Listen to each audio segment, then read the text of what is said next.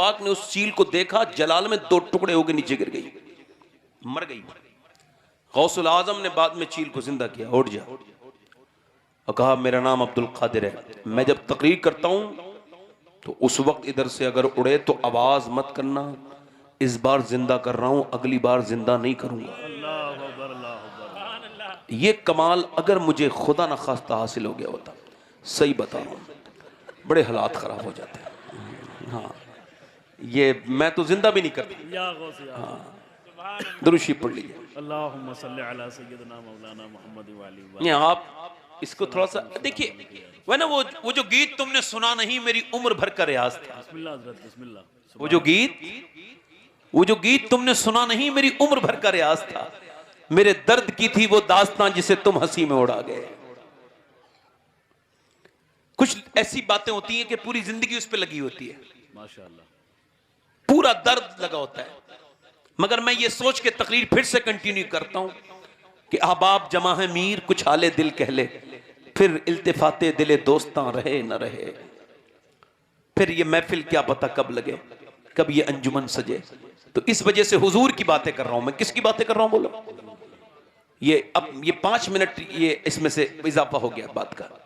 हुजूर के बारे में कहती हैं, ऐ मेरे अब्दुल्ला, काश आप देखते कि जैसा आपका लाला, जैसा आपका बेटा है, जैसा आपका हसीन है, जैसा आपका दुलारा है, ऐसा तो किसी का भी नहीं ना। काश आप देखते। सैयदा आमना ने जब ये बात कही, उसके बाद उनको वहां से फिक्र हुई, उन्होंने उसको खैराबाद किया, यानी मदीने को उन्होंने छोड़ा और मक्के की तरफ आ रही थी। तो जो वादी पड़ती है बीच में अव्वा, वो अब पहले रोड पर थी, पुराने रोड पर, नए रोड पर वो नहीं पड़ती। तो मैं वहां गया हूं 2 मरतबा। अभी मैं 1.5 महीने पहले अव्वा के मकाम पर गया था, सैयदा आमना की बारगाह में। मैंने यूं तो बड़े मकामात पर हाजिरियां की हैं, अल्लाह का शुक्र है मैं इस लायक नहीं, मगर मैंने काबे में कितनी बार हाजिरी की है, कितनी बार मैंने तवाफ किया, मुझे कुछ याद भी नहीं पड़ता, ना मैं बता पाऊंगा। मगर मुझे वो जो लुत्फ सैयदा आमना की मजार पर आया, आज तक वो मुझे कहीं नहीं आया। सुभान अल्लाह, सुभान अल्लाह। वो अव्वा के टीले, वो ठहरती हुई जमीन, वो गर्म जमीन, और वो वहां पर सैयदा आमना का वो 3 लोगों का काफिला, और उनका वो गर्म रेत पर लेट जाना, और लेट करके वो जब लेटी तो उम्मे ऐमन ने कहा कि मैं आपके लिए चादर बिछा देती हूँ। कहा चादर का वक्त नहीं, मेरे बच्चे को लेके आओ, मेरे बेटे को लेके आओ। हुजूर को उतारा, ऊँटनी से हाथ पकड़ा और कहा मेरे लाल, मेरे बेटे, मेरे प्यारे मोहम्मद, मैं तुझे अल्लाह के हवाले छोड़ रही हूं। जो दुनिया में आया है उसको जाना है, हर नई चीज को पुराना होना है। मेरे लाडले, हर उरूज को जबाल है, मैं तुझे अल्लाह के हवाले, मगर दुनिया में मेरा नाम मिटने वाला नहीं मेरे बेटे, चूंकि मैंने तुझे जो जन्म दिया है, तेरे जैसे बेटे को जो, आप देखो इब्राहीम अलैहिस्सलाम की माँ का नाम लोगों को नहीं पता होगा, इलियास, जकरिया, नूह अलैहिमुस्सलाम की माओं का नाम आपको नहीं पता होगा, मगर जब भी कोई कहता आमना का लाल, फौरन हुजूर की अम्मी का ख्याल आता है। क्यों? चूंकि मेरे नबी दुआ करते थे, ऐ अल्लाह, जैसे तूने मेरी माँ को मशहूर की, मेरे नाम को मशहूर किया, वैसे मेरी माँ आमना के नाम को भी मशहूर कर दे। मेरी माँ आमना के नाम को, हुजूर की अम्मी, अच्छा एक बेवा औरत अपने बच्चे को बीच सफर में छोड़ के जा रही है, उसकी दिल की कैफियत क्या होगी। खैर, उन्होंने कहा मैं तुझे अल्लाह के हवाले करती हूँ, और फिर आखिरी बात डाली, आखिरी ममता की नजर अपने प्यारे बेटे पर पड़ी। 6 साल के बीच सफर में तपती हुई धूप, हुजूर को देखा, कुछ आंसू बहुत सख्त वाले गरम आपकी आंखों पे आए, और गिर के आपके रुखसार पर जब पहुंचे तो आपने आंखें बंद कर ली। हुजूर ने अपनी माँ की गुफ्तगू सुनी थी, मगर जब वो खामोश हुई तो हाथ पे हाथ मारा, माँ, माँ बोलो। फिर नहीं माँ बोली, कहती हूँ मैं अमन। हुजूर ने फिर चेहरे पे हाथ मारा, कहा माँ, फिर माँ नहीं बोली। फिर हुजूर ने जो है वो रोना शुरू किया, माँ, माँ। कहती है मुझसे मासूम मोहम्मद का रोना देखा नहीं जाता था, ऐसा लगता था कि सारी कायनात इनके साथ रो रही है, ऐसा लगता था अव्वा के टीले भी शरीक गम है मेरे हुजूर के। कहती मैं आगे बढ़ी, मैंने हुजूर को उठाया, मुझसे मासूम मोहम्मद का रोना देखा नहीं, मैंने हुजूर को उठाया और ऊपर टीले पे उनकी अम्मी की मैंने कब्र बनाई, कोई 50-60 फीट ऊपर है। कहती मैं नीचे को आई, और जब मैं नीचे को आई तो मैं उनका हाथ पकड़ के जा रही थी, उन्होंने झटका मारा जोर से और फिर रोते हुए ऊपर चढ़े। हुजूर को जब मैंने जाके ऊपर देखा तो अपनी माँ की कब्र के पत्थर से चुपटे हुए हैं और कहते हैं मेरी माँ आप मुझको छोड़ के चली गई मेरी माँ, हालांकि आप जानती थी कि आपके अलावा पूरे मक्के में मेरा कोई नहीं था। कोई बच्चा जब यतीम होता है उसकी फूफी होती है, उसकी चाची होती है, उसकी ताई होती है, उसकी खाला होती है, उस यतीम बच्चे को गोद में लेके उसे दिल से तसल्ली देती है, उसे आंख से लगाती है, उसे अपने सीने लगाती है। मगर मेरे हुजूर, मेरे सरकार ऐसी जगह यतीम हुए हैं, न फूफी है, न ताई है, न खाला है, मेरे नबी अकेले हैं कब्र की। आप पत्थर से चुपट के कहते हैं मेरी माँ आमना। हजरत उमर कहते हैं 70,000 सहाबा के साथ मदीने से मक्के हज करने आ रहे थे। एक जगह टीले पर हुजूर चढ़े, दोनों पांव ऊपर को किए, उस टीले पर बैठ गए और हुजूर ने फिर सरकार की आंखों में इतने आंसू, हुजूर रोए कि सरकार का चेहरा झुका हुआ था। सारे सहाबा रोने लगे अपने सरकार को देख के। मैं आगे बढ़ा, मैंने कहा या रसूल अल्लाह, मेरे आका, मेरे मदनी करीम, मेरे सरकार उमर जान दे देगा, आपकी मुबारक आंखों में आंसू नहीं देखेगा, आप रोते क्यों हैं? फरमाया यार उमर देखता नहीं, मेरी माँ आमना की कब्र आ गई है। मैं उस वक्त 6 साल का था, आज कितने दिन हो गए? आज 61 साल की उम्र में मेरे नबी अपनी माँ की कब्र से चिपट के कहते हैं उमर ये मेरी माँ आमना की कब्र है, मैं 6 साल का था। और फिर वो सफर बयान करते हैं, मैं मदीने से मक्के जा रहा था, यहाँ पर मेरी माँ मुझे छोड़ के गई थी, मेरी माँ आमना मुझे छोड़ के गई थी। अल्लाह अकबर। आज मेरे नबी करीम के मानने वाले हुजूर 61 साल की उम्र में अपनी माँ की कब्र से चिपट के रोते हैं।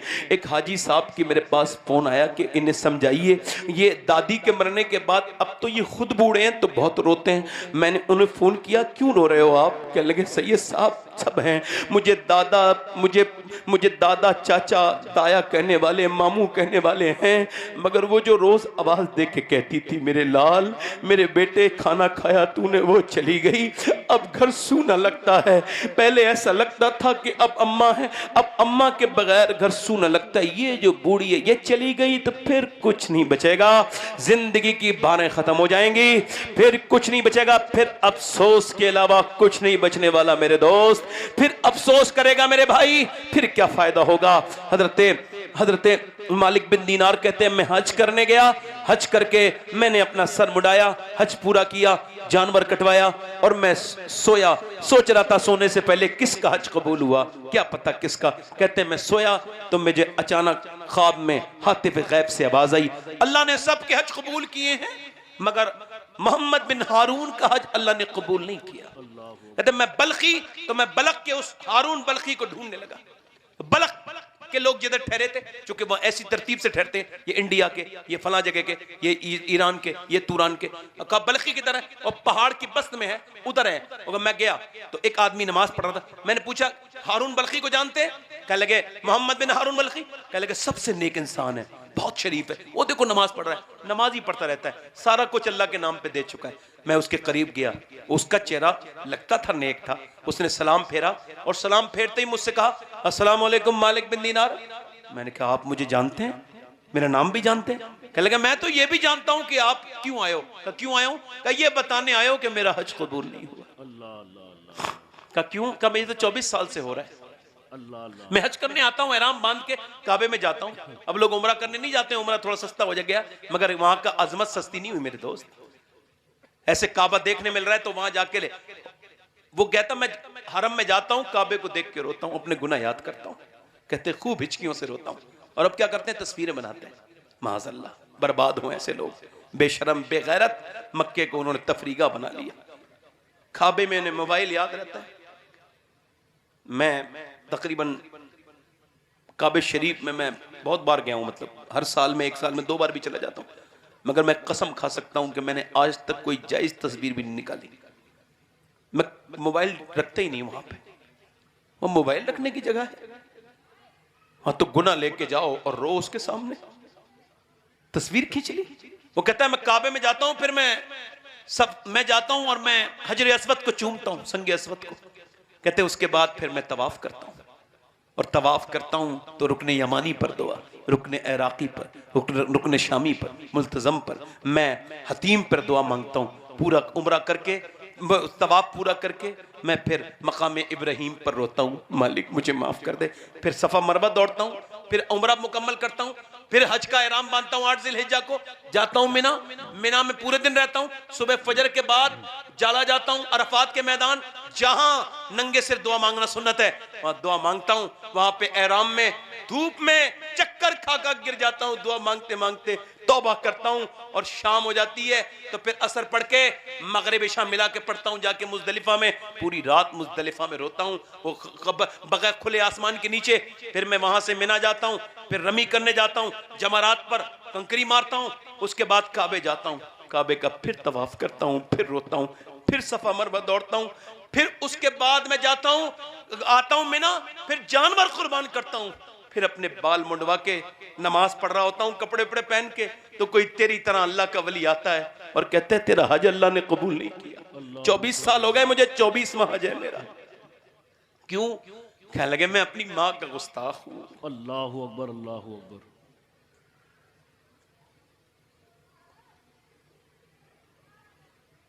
आप लोग कहते हो ना कि वो दुआ कर दो हम नमाजी बन जाए, हमसे ना कहा, कभी माँ से कहा करो, अगर कर देगी तो 100% नमाजी बनोगे। कहता मेरी माँ, मैं शराबी था और मेरी माँ रोटी बना रही थी, दोस्तों ने बिगाड़ दिया था, बड़ी खराब दौर था।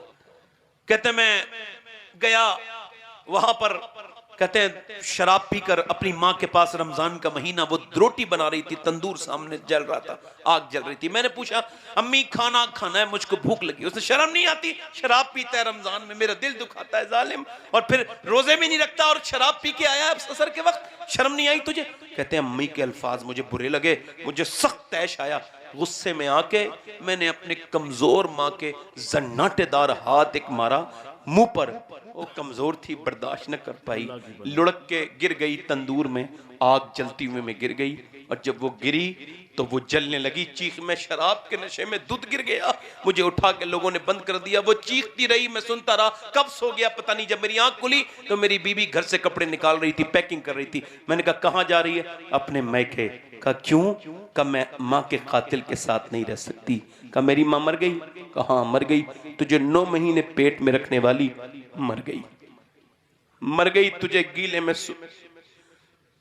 सूखे में सुलाने वाली और खुद तेरे पेशाब पर सोने वाली।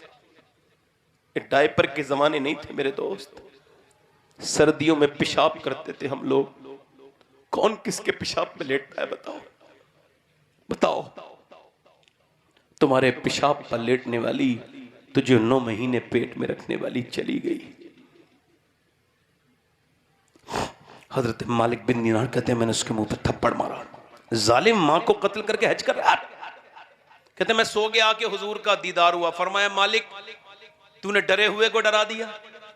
मैंने अर्ज की हुजूर वो माँ का गुस्ताख का अल्लाह बख्श देगा उसे, माँ की वजह से ही बख्शेगा। कहा हुजूर कैसे? कयामत के दिन उसकी माँ कहेगी मेरे मालिक इसने मुझे जलाया था, मेरी क्या खता थी? अल्लाह फरमाएगा इसे जहन्नम में डालो, इसका बदला यही है। फरिश्ते घसीट के ले जाएंगे तो माँ की तरफ पलट के देखेगा, माँ नहीं देखेगी, गुस्से में माँ नहीं, अल्लाह रहम डालेगा दिल में माँ के, तो पलट के देखेगी तो कहेगा माँ, फिर कुछ नहीं बोलेगी, फिर कहेगा माँ क्या है, क्या आवाज देता है? रहम डालेगा अल्लाह। क्यों आवाज देता है? कहा माँ एक बार बचपन में मेरे पाँव में कांटा चुभ गया था और उसमें खून निकला था, तूने एकदम जब निकाला कांटा मेरे पाँव से, तूने अपना दुपट्टा निकाल के मेरे खून को रोका और तू रोने लगी। बता तू मेरा कांटा बर्दाश्त नहीं कर पाई, आज तो मुझे जहन्नम में लेके जा रहे हैं फरिश्ते, माफ नहीं करेगी? अल्लाह अकबर।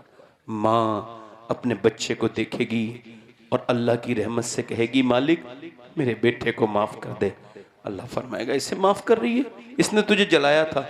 हाँ जलाया था, मगर मेरा बेटा है, 9 महीने पेट में रखा है, इसे माफ कर दे मेरे मालिक, इसे माफ कर दे, इसे माफ कर दे। वो माफ कर देगी। अल्लाह अकबर। अर्ज की गई या रसूल क़यामत कब आएगी? फरमाया जब लोग अपने माँ बाप की नाफरमानी शुरू कर देंगे तो क़यामत आ जाएगी। जब बूढ़ा बाप बोझ लगने लगे, जब सफेद दाढ़ियों वाले ये पूरी जिंदगी लगा के बैठा है तेरा बाप तेरे घर में बूढ़ा होके, ये क्यों बूढ़ा हो गया? तुझ में पूरी जिंदगी लगा दी इसने, न दिन देखा न रात देखा, आज ये तेरे यहां पे बोझ है तुझे। ओए आज है तो यार कर ले कदर, ये देख ले 22 साल हो गए मुझे अपने वालिद को खोए हुए। आप देखो, गौर करो, माली ने पेड़ लगाया, पेड़ बड़ा हो गया, तो जब माली मर गया मगर पेड़ ने जब फल देना शुरू किया तो पेड़ रोया। तो किसी ने पूछा पेड़ आज तो खुशी का दिन है, रोता क्यों है? तेरे फल उतरे हैं। कब मैं इस वजह से रो रहा हूं, सब हैं मगर मेरा माली नहीं है जिसने मुझे पेड़ लगाया था, जिसने मुझे आंधियों से बचाया था, पानी से सींचा था। अगर आज वो भी एक फल खा लेता, वो माली कहाँ चला गया जिसने रातें कुर्बान की थी मेरे लिए? वो माली कहाँ चला गया जिसने नींदें कुर्बान की थी मेरे लिए? वो बाप आज तेरे घर में है मेरे दोस्त, मेरे भाई। ये कैसी दीनदारी है कि माँ बाप को घर से निकाल दिया गया है, ये ओल्ड होम बना दिए तुमने, तुम अपनी बीवियों के गुलाम बन गए हो। तौबा करो, बीबी एक मर जाए दूसरी मिल सकती है, दो मरे तीसरी मिल सकती है, मगर पूरी दुनिया में कोई दूसरी मां नहीं मिल सकती, ना दूसरा बाप मिल सकता। अपने बाप की कदर करो, अपनी मां की कदर करो। उम्मे ऐमन कहती मैंने हुजूर को उठाया और उठाने के बाद मैं मक्के ले गई। जब मक्के ले गई तो मुझे अब्दुल मुत्तलिब ने देखा, कहा मेरी बहू नहीं आई। मैंने कहा उनकी तो मैंने कब्र बना दी, वो तो अव्वा के मकाम दम तोड़ गई। कहते मैंने हुजूर को देखा, अब्दुल मुत्तलिब को देखा, अपने पोते को लेके बोले मेरे पोते दिल थोड़ा न करना, तेरा दादा है। गोद में उठाया और गोद में उठाने के बाद पोते को लेके इतना ख्याल रखा 2 साल तक, मगर 2 साल के दादा का जनाजा निकला तो मेरे नबी पाक काबे का दीवार पकड़ के रोते थे और कहते थे और मेरे नबी रोते थे। फिर अबू तालिब उठा के लेके गए, मैं आपको पालूंगा। अबू तालिब लेके गए, आपको पालूंगा। अल्लाह को दिखाना कुछ और था, बारिश हो नहीं रही थी, लोग परेशान थे और लोग कहते थे यतीम बेबरकत होता है, यतीम के साथ बरकत नहीं होती। तो लोग अबू तालिब के पास जाके बोले दुआ कर दो जरा बारिश हो जाए। अबू तालिब बोले मैं दुआ नहीं करूंगा, मेरा भतीजा दुआ करेगा। कहा ये तो खुद बेबरकत है, यतीम है। कहा खामोश, जो मेरे भतीजे को बेबरकत कहा, अल्लाह ने सारी बरकतें तो सही दी हैं। हुजूर को गोद में उठाया और काबे की दीवार से लगाया और कहा ऐ उजली रंगत वाले और चिट्ठे चेहरे वाले और मीठी बातों वाले, जरा दुआ तो कर दे। मेरे नबी ने चारों तरफ देखा, आसमान का सूरज भी चमक रहा था, आमना का लाल भी चमक रहा था। मेरा इमाम कहता खुर्शीद था किस जोर पर, क्या बढ़ के चमका था कमर। बेपर्दा जब वो रुख हुआ, ये भी नहीं वो भी नहीं। मेरे नबी ने चारों तरफ देखा, प्यासे खड़े हैं, जानवर जिनके मर रहे हैं वो खड़े हैं। मेरे नबी ने आसमान की तरफ ऐसे इशारा किया, फिर दोनों तरफ इशारा किया।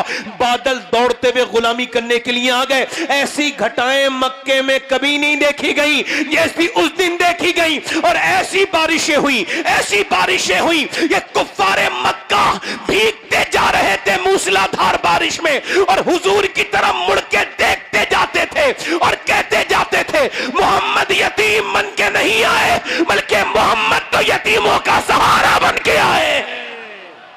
नारे तकबीर, नारे कसर बाकी न रखी बज़्म इम्कान जगमगाने में, कसर बाकी न रखी बज़्म इम्कान जगमगाने में। अरब में चांद निकला, चांदनी फैली जमाने में।